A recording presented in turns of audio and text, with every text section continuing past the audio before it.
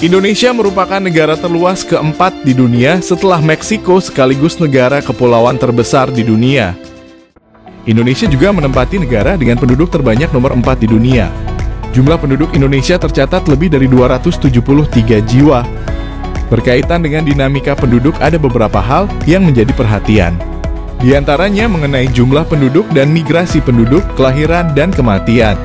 Pernahkah kalian melihat pemandangan seperti pada gambar berikut?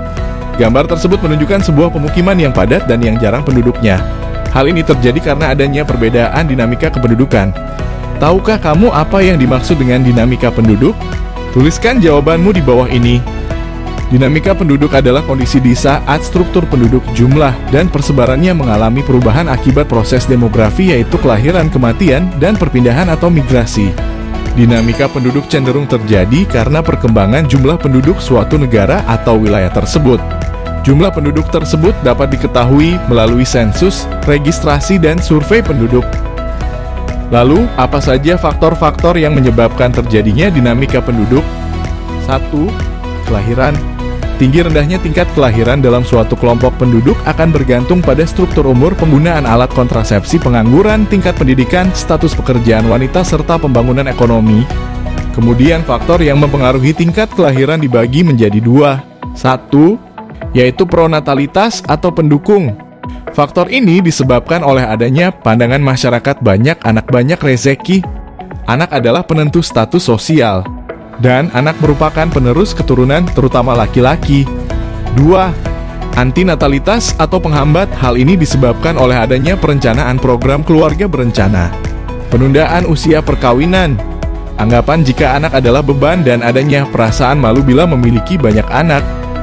Faktor kedua yang menyebabkan terjadinya dinamika penduduk setelah kelahiran adalah kematian. Terdapat 2 kategori yang menentukan tingkat kematian, yaitu kematian kasar yang disebabkan banyaknya orang meninggal pada 1 tahun per jumlah penduduk pertengahan tahun tersebut. Dan tingkat kematian khusus yang dipengaruhi oleh umur, jenis kelamin, dan pekerjaan. Lalu, apa saja faktor yang menunjang dan menghambat kematian atau mortalitas di Indonesia? Pertama, faktor penunjang kematian, yaitu rendahnya kesadaran masyarakat akan pentingnya kesehatan. Fasilitas kesehatan yang belum memadai, keadaan gizi penduduk yang rendah, dan terjadinya bencana alam seperti gunung meletus, gempa bumi, banjir, peperangan, wabah penyakit, dan pembunuhan. Sedangkan faktor penghambat kematian disebabkan dengan meningkatnya kesadaran masyarakat akan pentingnya kesehatan, fasilitas kesehatan yang sudah memadai, meningkatnya keadaan gizi penduduk, memperbanyak tenaga medis seperti dokter dan bidan. Faktor selanjutnya yang menyebabkan terjadinya dinamika penduduk yaitu migrasi penduduk. Tahukah kamu apa yang dimaksud dengan migrasi penduduk? Coba jelaskan menurut pendapatmu. Migrasi adalah perpindahan penduduk dari suatu tempat ke tempat lain dengan melewati batas negara atau batas administrasi dengan tujuan untuk menetap.